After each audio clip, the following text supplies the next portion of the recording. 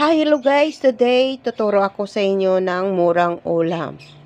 I buy beans. This is beans worth of 20 pesos. Beans.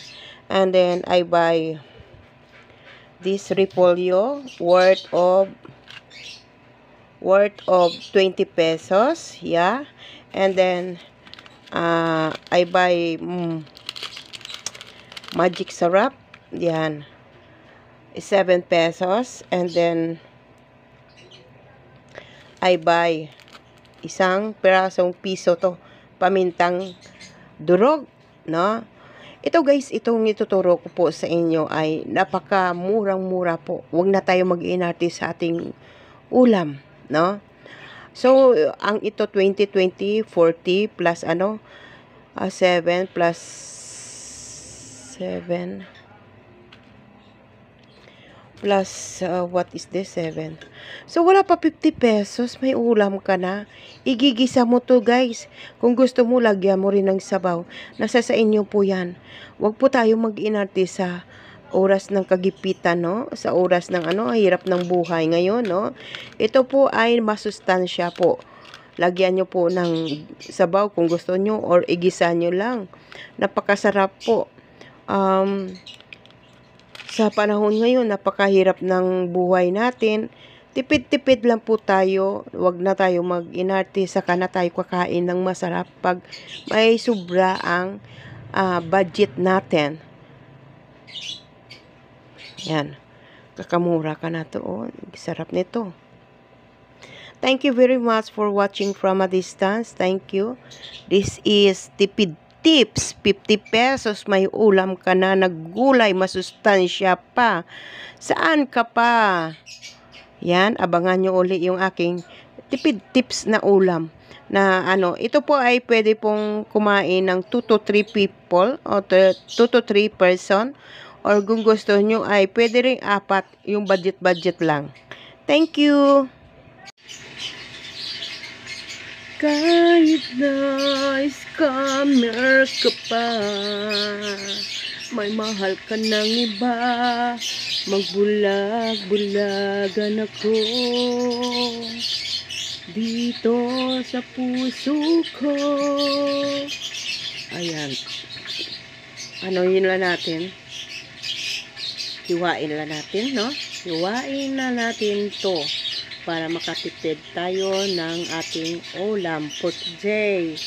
Yan, 50 pesos. You have ulam. Yan. Kahit na may mahal ka ng iba, magbulag-bulagan ako dito sa puso ko.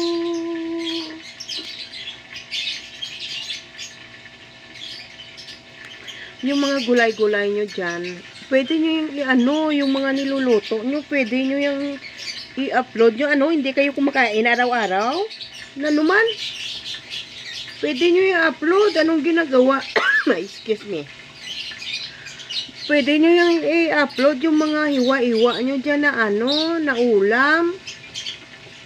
Sabihin nyo na mahirap kung gusto nyo pabain to, i-times down nyo slow para humaba. Nako, kayo talaga, huwag nyo sabihin napakahirap mag-content. Ganun lang technique. Kung 2 minutes lang yung video mo nyo, edit nyo ng slow times 2 para diba 4 minutes, mag 8 minutes. Ganun po yun. Kung 2 minutes, mag 4 minutes. Agoy. Slow nyo po, slow. Yan, puro mga technique yan ang tinuturo ko sa inyo. Ayan, bot na lang sabihin nyo, wala kayong ma-upload na video.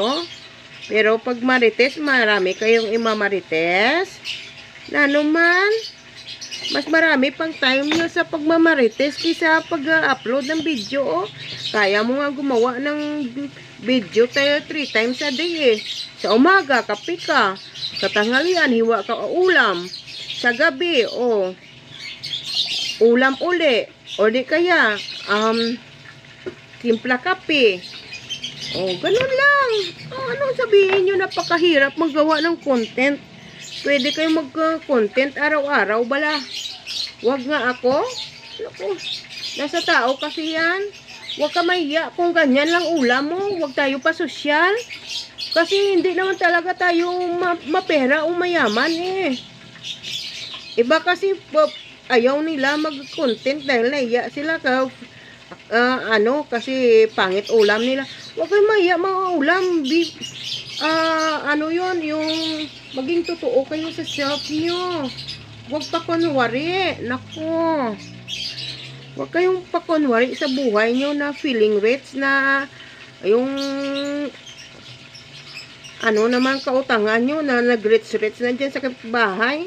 Ambot Tapos yung pag may utang ka, para kang yung may sakit ka ng bulag. Kasi pag nasalubong mo yung inutangan mo, hindi mo na nakikita. Yan, ganon. Hindi mo na nakikita, pabulag-bulagan ka, kunwari. Minsan nga parang may virus pa yung inutangan mo kasi ikaw, iniiwasan mo. Ay, agoy. Huwag ganon. Yan, ganon lang. Pag-iwa ng sibuyas, yan pag-iwa ng bawang. Ano pa kahirap dyan gawin sa ating content man?